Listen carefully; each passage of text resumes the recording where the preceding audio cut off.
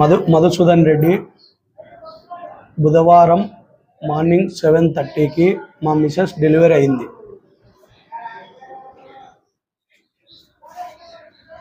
ఒక Florence hospital అనే హాస్పిటల్లో డెలివరీ అయితే ఫ్లారెన్స్ హాస్పిటల్ వాళ్ళు వారాహి డాక్టరు లోకేష్ కుమార్ని వాళ్ళ సిస్టర్ని డెలివరీ సరిగ్గా కాకపోయేసరికి వాళ్ళని పిలుచుకొని బాబు 7:30కి పుట్టాడు. పుట్టిన తర్వాత ఏడ్చలేదని చెప్పి పేరెంట్స్కి కానీ ఎవరికి కానీ చెప్పకోకుండా బాబును ఒక క్లాత్లో తీసుకొని వారాహి హాస్పిటల్కి తీసుకొని వెళ్ళాడు. వెళ్ళిన తర్వాత ఒక 15-20 మినిట్స్ తర్వాత బాబు కండిషన్ ఇలా ఉంది, ఫిట్స్ వచ్చినాయని చెప్పాడు, బ్రెయిన్ డ్యామేజ్ అని చెప్పాడు, లివర్ డ్యామేజ్ అని చెప్పాడు, ఇన్ఫెక్షన్ అయిందని చెప్పాడు, బ్లడ్ ఫ్లాట్ కాలేదని చెప్పాడు. ట్రీట్మెంట్ బాబు కండిషన్ 30% బతికేదని చెప్పాడు. ఒక్కొక్కటి ట్రీట్మెంట్ చేసుకుంటే క్యూర్ చేస్తాడు అని చెప్పాడు. 30% అని చెప్తానే నా బ్రెయిన్ నాకైతే పని చేయలేదు అసలు. ఇన్ కేస్ ఎక్కడికన్నా విజయవాడ అది కర్నూలు కానీ హైదరాబాద్ కానీ తీసుకెళ్ళాలని అడిగితే కర్నూలు తీసుకొని పోయే ట్రీట్మెంట్ ఇచ్చే ఎక్విప్మెంట్స్ మన దగ్గరే ఉన్నాయి, హైదరాబాద్లో ఇచ్చే ట్రీట్మెంట్ మనమే ఇస్తాము అని చెప్పి మాకు చెప్పాడు. చెప్పిన తర్వాత సరే అని చెప్పి మేము చెప్పాము. ఫ్రైడే వరకు బాగున్నాడు. సాటర్డే క్లారిటీ స్కానింగ్ సెంటర్కి బాబుని తీసుకొని ఒక అంబులెన్స్లో తీసుకొని పోయి 10:30 ఆ టైంలో తీసుకొని వెళ్ళాము. వితౌట్ ఆక్సిజన్తో బాబుని తీసుకొని వెళ్ళాము. సాటర్డే తీసుకొని వచ్చిన తర్వాత బాబు కండిషన్ మొత్తం చూసి చెప్పేసి బ్రెయిన్లో డ్యామేజ్ అయింది అవి ఇవి అని చెప్పి ఏదేదో చెప్పాడు. చెప్పిన తర్వాత మళ్ళీ 12:30కి మమ్మల్ని పిలిచి బ్లడ్ టెస్ట్ చేసి బాబుకు 1,14,000 ప్లేట్ సెల్స్ తక్కువ ఉన్నాయని చెప్పి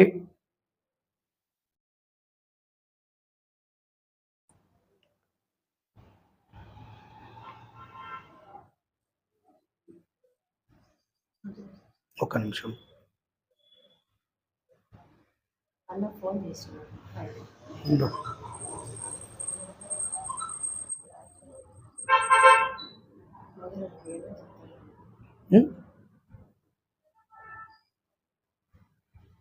ప్లేట్ సెల్స్ తక్కువ ఉన్నాయని చెప్పి బ్లడ్ టెస్ట్ ఇవన్నీ తీసి చెప్పి తర్వాత మళ్ళీ యథాప్రకారమే బాబు కండిషన్ ఇన్ఫెక్షన్ అయింది అవి ఇవన్నీ చెప్పాడు.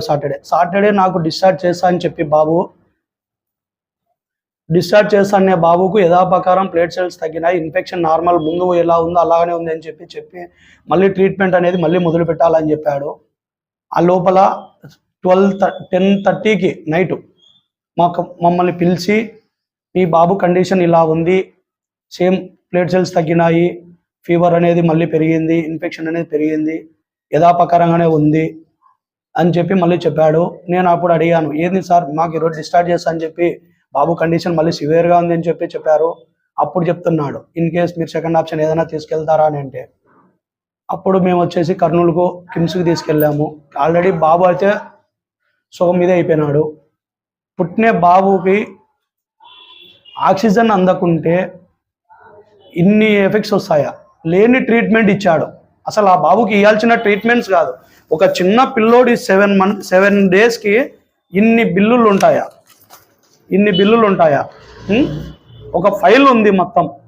క్యాన్సర్ వచ్చిన పేషెంట్కి వచ్చినట్టు ఉండే బిల్లులు మొత్తం. లేని ట్రీట్మెంట్ చేసి పిల్లోని నాకు దక్కకుండా చేసినాడు. అదే హాస్పిటల్లో ఇప్పటికీ 5 మెంబర్స్ ఉంటారు. ఈ సెకండ్ బాధ్యతని నేను చనిపోవడంలో మా బాబు. ఇంకా 2 పేషెంట్స్ వచ్చేసి కిమ్స్లోనే ఉన్నారు కర్నూలులో. వాళ్ళ పరిస్థితి క్రిటికల్గానే ఉంది. ఒక అబ్బాయి అయితే యూరిన్ రాలేదని వెళ్ళాడు, ఆ అబ్బాయికి పైప్ అడ్డం పెట్టాడు. ఆ అబ్బాయి ఇప్పుడు కిమ్స్లో వెంటిలేటర్ మీద ఉన్నాడు. 17 సంవత్సరాల తర్వాత ఆ అబ్బాయి పుట్టాడు వాళ్ళకి. బాగుండే బాబుకి లేని ట్రీట్మెంట్ ఇచ్చి బాబుని ఇది చేస్తున్నాడు. పసి పిల్లలతో వ్యాపారం చేస్తున్నాడు. ఏదన్నా అడిగితే నా ఇష్టం. వాళ్ళ ఫాదర్ వచ్చాడు అక్కడ, వాళ్ళ ఫాదర్కి ఏమో ఆయన డాక్టర్ ఏమన్నా వాళ్ళ ఫాదర్ పిలిచి లోపలికి పేరెంట్స్ను పంపించడు, ఎవరిని పంపించడు, పోతే ఇన్ఫెక్షన్ వస్తుందని చెప్తాడు. అసలు ఏ ట్రీట్మెంట్ ఇచ్చనేది కూడా మాకు చెప్పకోకుండా ఆయన ఇష్టం వచ్చినట్టు ట్రీట్మెంట్ చేస్తాడు.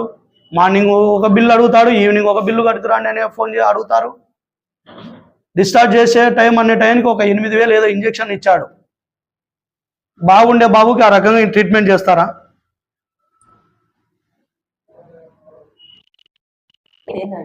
ఇది ఇచ్చాడు.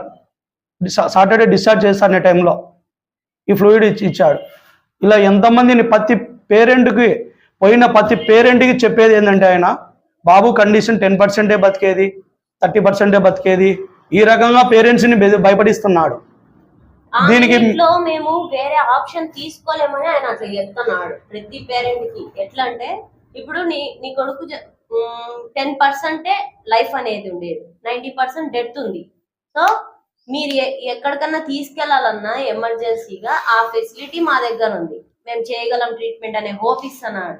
ఆ హోప్ తీసుకున్న చేయమని చెప్పిన తర్వాత ఈయన ఏం చేస్తున్నాడు, అదే క్యాష్ గా మన పిల్లలతో వ్యాపారం చేస్తున్నాడు. క్యాష్ గా తను ఇది పిల్లలతో క్యాష్ చేసుకుంటున్నాడు, పిల్లల లైఫ్ ని క్యాష్ గా చేసుకుంటున్నాడు. అదనేది ఎట్లా అంటే ఫస్ట్ క్యూర్ చేస్తానట్టే ఉంటది, మళ్ళీ ఆ బాబు కండిషన్ క్రిటికల్ గా చేస్తున్నాడు.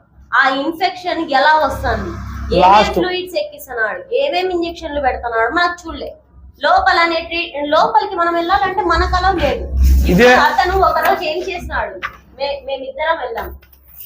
నేను డిశ్చార్జ్ అయిన తర్వాత మేమిద్దరం ఫస్ట్ టైం బాబు ఇంటికి వెళ్తే మొత్తం ఎక్స్రే తీసి చెప్పాల్సింది చెప్పి లాస్ట్ కి ఏమన్నాడంటే బాబు కండిషన్ బానే ఉంది, మేము క్యూర్ చేస్తున్నాం అన్నాడు. ఓకే, ఆ టైంలో అతని కండిషనే బాగాలేదు, దగ్గుతున్నాడు మా ముందు. అట్లా తగ్గేటోడు పోయి ట్రీట్మెంట్ చేస్తే ఇన్ఫెక్షన్ తగలదు. వాళ్ళ ఫాదర్ పిల్లల అమ్మ నాన్న పోయి ఇద్దరు దగ్గర ఉంటే ఇన్ఫెక్షన్ తగ్గుతుంది. మదర్ ఫీడింగ్ ఇస్తే కూడా ఇన్ఫెక్షన్ అన్నాడు. ఆ గండికోట చనిపోయిన అబ్బాయి వాళ్ళ ముందు బాధితుడు చనిపోయినాడు కదా, 12 రోజులు పెట్టుకున్నాడు. ఏంటంటే అక్కడ కనీసం అంటే 12 days ఉన్నారే, తను ఏమంటారు ఫ్రెష్ అవ్వనీకి లేదు, క్లీన్ చేసుకోనీకి లేదు. అట్లాంటి మదర్ పోయి అప్పటికప్పుడు ఫీడింగ్ ఇస్తే లోపల నుంచి వచ్చే తల్లిపాలు కదా, ఎట్లా ఇన్ఫెక్షన్ అవుతుంది? అదే కదా, ఆమె బాగాలేదు సరే, లోపల ఎట్లా ఇన్ఫెక్షన్ ఉంటుంది తల్లికి? పాల వల్ల ఇన్ఫెక్షన్ అని ఆమెకు చెప్పినాడు. ఆ రకంగా ఎవరు చెప్తారు చెప్పండి? అసలు ఆయన చేసే బిజినెస్ ఎట్లా అంటే క్యూర్ చేస్తానగానే మళ్ళీ అది పుట్టిస్తాడా, దాన్ని అమౌంట్ అదే క్యాష్ చేసుకుంటా ఉన్నాడు పిల్లల లైఫ్ తో. లేనిది పుట్టించి పిల్లల జీవితాలను మళ్ళీ డెలివరీ కూడా ఏమన్నా నార్మల్ డెలివరీ అయింది, ఏమన్నా సిజరింగ్ చేశారు, బాబు కండిషన్ సరిగా లేదనే దాని కూడా లేదు. పక్కకు కిమ్స్ కి వెళ్తే నా స్కానింగ్ రిపోర్ట్ చూపిస్తే నా లోపల వాడు ఉన్నప్పుడు ఎలాంటి ఇన్ఫెక్షన్లు లేవు. స్కానింగ్ ఎవ్రీ మంత్ స్కానింగ్ చేయించాము. బాబు condition, baby mother condition very good అని కూడా చెప్పారు, హెల్దీగా ఉన్నారు. అట్లాంటి బాబు పుట్టిన 1 hour హాఫ్ అన్ అవర్ కే ఇన్ని ఇన్ఫెక్షన్స్ వస్తాయా? అది నార్మల్ డెలివరీ అయింది. డెలివరీ ఏమన్నా సిజరింగ్ చేసి ఏదన్నా చేసినప్పుడన్నా అయితే మీరు ఏదన్నా చేసినైతే ఎఫెక్ట్స్ ఉండాలి అనేదానికి ఉంటుంది. మనం స్కానింగ్ చేసినప్పుడు బాబు కండిషన్ అనేది మనకు బయట పడుతుంది కదా, ఏమేమి వెళ్తుండే ప్రాబ్లం లేదు. చాలా హెల్దీగా ఉన్నాయి, అన్ని పనులు చేసుకుంటానే. అందరిలా బెడ్ రెస్ట్ అనేది కూడా నేను తీసుకోలేదు, నా ఓన్ పనులు నేను చేసుకుంటాను. బిడ్డ కూడా ఫ్లోరెన్స్ నైటింగేల్ విజయనగరం వీధిలో అది కూడా తెలిసిన వాళ్ళు ఆ డాక్టర్ వాళ్ళే. మాకు అసలు తెలియకోకుండా పుట్టనే బాబుని ఎత్తుకొని వచ్చేసారు. మదర్ గాని ఫాదర్ గాని చూపిలే వాళ్ళ కండిషన్ చెప్పాలి. జరిగింది ఎట్లా అంటే నేను డెలివరీ టైంలో నేను నీరసించిపోయినా. ముందు రోజు వామిటింగ్ వల్ల ఏం తినలేదు, నీరసించిపోయినా మొత్తానికి. నాకు సెలైన్లు పెట్టకోకుండా ఎనర్జీ ఇవ్వకోకుండా ట్రీట్మెంట్ అనేది అదే డెలివరీ అనేది స్టార్ట్ చేసిన 3 o'clock. ఆ టైంలో పుష్ చేయమంటే ఏ రకంగా పుష్ చేయాలని నీరసం ఉండేదాన్ని. పిల్లోని దొబ్బు అంటే ఏ రకంగా దొబ్బాలా? ఆమె నా మీద పడి ఏ రకంగా దొబ్బిందంటే ఒక పంది వచ్చి మీద పడి చేస్తారు చూడండి, ఘోరంగా అలా నన్ను ట్రీట్ చేసినారు. అసలు డాక్టర్లు అనే వాళ్ళు లేకుండానే డ్యామేజ్ అయినా పర్లేదు, లోపల అంత పుష్ చేస్తే లోపల బిడ్డ ఎంత ప్రాణం, ఎంత లేత చర్మం వల్లది. వాడు ఆనేసి నలిగిపోయినాడని డాక్టర్ చెప్పినారు తీసుకుపోయినప్పుడు. పిల్లోడిది స్కానింగ్ లో ఏ ప్రాబ్లం లేదు, లోపల ఉన్న హాస్పిటల్కి వెళ్ళే డెలివరీ టైం 2 days ముందు ఇది స్కానింగ్ తీపించాం. ప్రొసీజర్ నుంచి పిల్లోడ్ డ్యామేజ్ అయినాడని వాళ్ళకి తెలిసి ఈ వరాడియోని పక్కన తీసుకొచ్చినారు. అంటే వాళ్ళని రిఫర్ చేసినారు. తీసుకెళ్ళి తీసుకొచ్చి డైలీ 40,000 50,000 ఓన్లీ అన్న ఇక్కడ జరిగింది. మాకు అమౌంట్ ఏం చెప్పాలి, బాబు కండిషన్ చెప్పాడు. అలాగే బాబు కండిషన్ చెప్తానే మేము బయటికి రెఫర్ చేస్తారా అది అంటే మన దగ్గర ట్రీట్మెంట్ ఉంది అది ఇది అని చెప్పాడు. చెప్తానే సర్లేని జాయిన్ చేపించేసాం. అతను మనం ఇంత అవుతుంది అని నాతో చెప్పలే, ఏం చెప్పలే, ఏమేమి తీసుకోవద్దన్నారు కూడా మాకు చెప్పలే. అమౌంట్ వాళ్ళే తీసుకొని పోతారు. తీసుకొని వెళ్ళేసి సార్ మీది ఇంత బిల్లు ఉంది, బేబీ ఆఫ్ భావన ఇంత అమౌంట్ ఉంది, మార్నింగ్ పోతే మార్నింగ్ అడుగుతారు, ఆఫ్టర్నూన్ పోతే ఆఫ్టర్నూన్ అడుగుతారు, ఈవినింగ్ పోతే ఈవినింగ్ అడుగుతారు. బిల్లు అంటే అట్లా మనకు ఏం రాపియర్లేదు, వాళ్ళే తీసుకొని వెళ్తున్నారు. మాకు ప్రతిదీ బిల్లు ఉన్నాయి, ఇవన్నీ బిల్లులే, మొత్తం ఇవన్నీ బిల్సే, ప్రతిదీ బిల్లే, ఇవన్నీ ఓన్లీ బిల్లు. ఇవి బాబోటి మినిమం 2-3 lakhs అయింది ఓన్లీ మెడిసిన్. అవి మా డిమాండ్ ఏం లేదు, ఇలాంటి కేసు నెక్స్ట్ ఫాదర్ అనేవాడు ఎవరు సఫర్ కావద్దు, ఇలాంటి బాబు అనేవాళ్ళు ఎవరు ఇది కావద్దు, మేమైనాము మళ్ళా వ్యక్తి కావద్దు, మా బాధ అది. అసలు డాక్టర్ లైసెన్స్ క్యాన్సిల్ కావాలి, హాస్పిటల్ అనేది వద్దు. అతన్ని చూస్తే ఒక ఫ్లూయిడ్స్ తీసుకున్న వ్యక్తి ఎట్లుంటాడో అట్లే 3 days 4 days అయింది. ఆ డాక్టర్ అనే తోడు అదే డ్రెస్ మీద ఉన్నాడు. సీసీ ఫుటేజ్ చెక్ చేయండి అతనికి ఎట్లున్నాడు. ఒక పేరెంట్ డైలీ స్నానాలు చేస్తున్నప్పుడు డాక్టర్ అనేటోడు అలా ఎట్లా ఉండాలి. ఇప్పుడు నా పిల్లోని డైరెక్ట్ వాళ్ళే తీసుకెళ్ళినారు, ఎవరు పర్మిషన్ లేకుండా. పుట్టంగానే వాడికి ఏమీ లేకపోయినా ఏమంట ఈ ఫ్లోరెన్స్ వాళ్ళని తీసుకొచ్చినారు అంటే నా లోపల ఏం డ్యామేజ్ జరిగిందో అసలు మా బాబుని మా ఇంటిమేషన్ లేకుండా తీసుకొని వెళ్ళారు. అక్కడ వార్డ్ లో మాకు చెప్పలే అసలు, చెప్పకుండానే తీసుకొని క్లాత్ లో తీసుకొని వెళ్ళిపోయి వచ్చాడు. ఏదో ఆ గండికోట వాళ్ళు చనిపోయినారు కదా, వాళ్ళకి 5 lakhs ఏదో సెటిల్మెంట్ చేశారని చెప్పారు, మాకు 3 lakhs ఇచ్చి సెటిల్మెంట్ చేశారని చెప్పారు. అదేదో ప్రూఫ్ చూపించమను. అసలు మేము లేము ఆ రోజు. లోకేష్ కుమార్ వాళ్ళ సిస్టర్ వచ్చేసి బాబుని క్లాత్ లో తీసుకొని వచ్చేసి వెళ్ళిపోయినారు. అతను వాళ్ళే ఫోటోస్ ఉంది, అది నాకు కావాలా. పుట్టిన తర్వాత మదర్ కూడా 2 days తర్వాత చూసింది. మా ఆయనకు చెప్పలే, మా అమ్మ నాన్న ఉన్నారు, వాళ్ళకి ఇంటిమేషన్ ఇలే, ఫలానా వాళ్ళ పిల్లలు ఎవరు మా రాండి మాతో అని కూడా అనలేదు ఒక మాట. వాళ్ళ కొద్ది వాళ్ళు వచ్చి తీసపోతే ఏమనుకోవాలా. ఏ రకంగా లోపల పోయి ట్రీట్మెంట్ ఇచ్చినారు, ఆ ట్రీట్మెంట్ అనేది నేను చూడలేదు. లోపల ఏ ఫ్లూయిడ్స్ ఎక్కించినారో చూడలేదు. పిల్లని వాళ్ళు నాశనం చేస్తారు, ఎవరు చేయలేదు. ఇప్పుడు మొత్తం అందరూ చేస్తారు, సృష్టించి లాస్ట్ పిల్లని మాకు లేకుండా చేసినారు. మా లాంటి బాధ్యులు నెక్స్ట్ ఎవరు కావద్దు. నేనేం చెప్పలేకున్నా, ఎందుకంటే ఆడ ఆమె పరిస్థితి ఎట్లనో ఇప్పుడు నా పరిస్థితి అట్లే అయింది. వాళ్ళని అక్కడ పోగొట్టుకున్నారు లోపలే. నేను బయటికి వచ్చి కూడా కాపాడుకోలేకపోయినా. పెట్టడానికి వాడున్నా ఉండడానికి రామన్న ఒక 10 నిమిషాలు చేస్తా ఉన్నాను.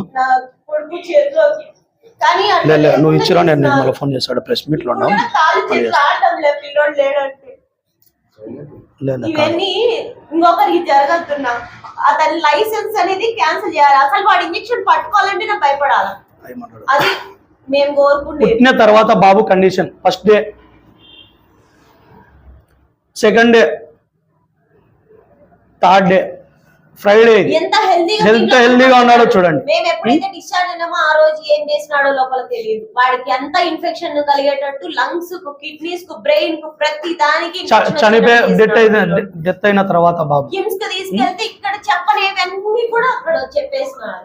అంతగా లోపల బాబుని చూసి ఎట్లున్నాడో చూడండి. పిల్లోడిని లోపల ఏమేం మెడిసిన్స్ ఉన్నాయో కూడా బయట పడాలా, వాడు ఏమి ఇస్తున్నాడో బయట పడాలా. ఏం మెడిసిన్ ఇచ్చేది కూడా మాకు చెప్పాలి. ఆయన అంతగా ఆయన మెడికల్ షాప్ లోపల ఉంది, వాళ్ళు వచ్చి తీసుకొని వెళ్తున్నారు, చేస్తున్నారు. ఇదే కిమ్స్ కి వెళ్ళాము, ఒక రిసెప్షన్ ఇదే ఇలా ఇస్తారు, ఏమేం కావాలనేది తీసుకొని రాపోరని చెప్తారు. మాకు మనమే తీసుకొని పోయి ఇవ్వాలా. ఇచ్చిన తర్వాత డాక్టర్ ప్రతిదీ ఇలా ఎక్స్ప్లెయిన్ చేసి చెప్తాడు. ఇంకోటి ఏంటంటే ఏమేం ప్రాబ్లం ఉండేది చెప్తాడు, ప్రాబ్లం ఉండేది చెప్తాడు. నీట్ గా ఎక్స్ప్లెయిన్ చేస్తాడు.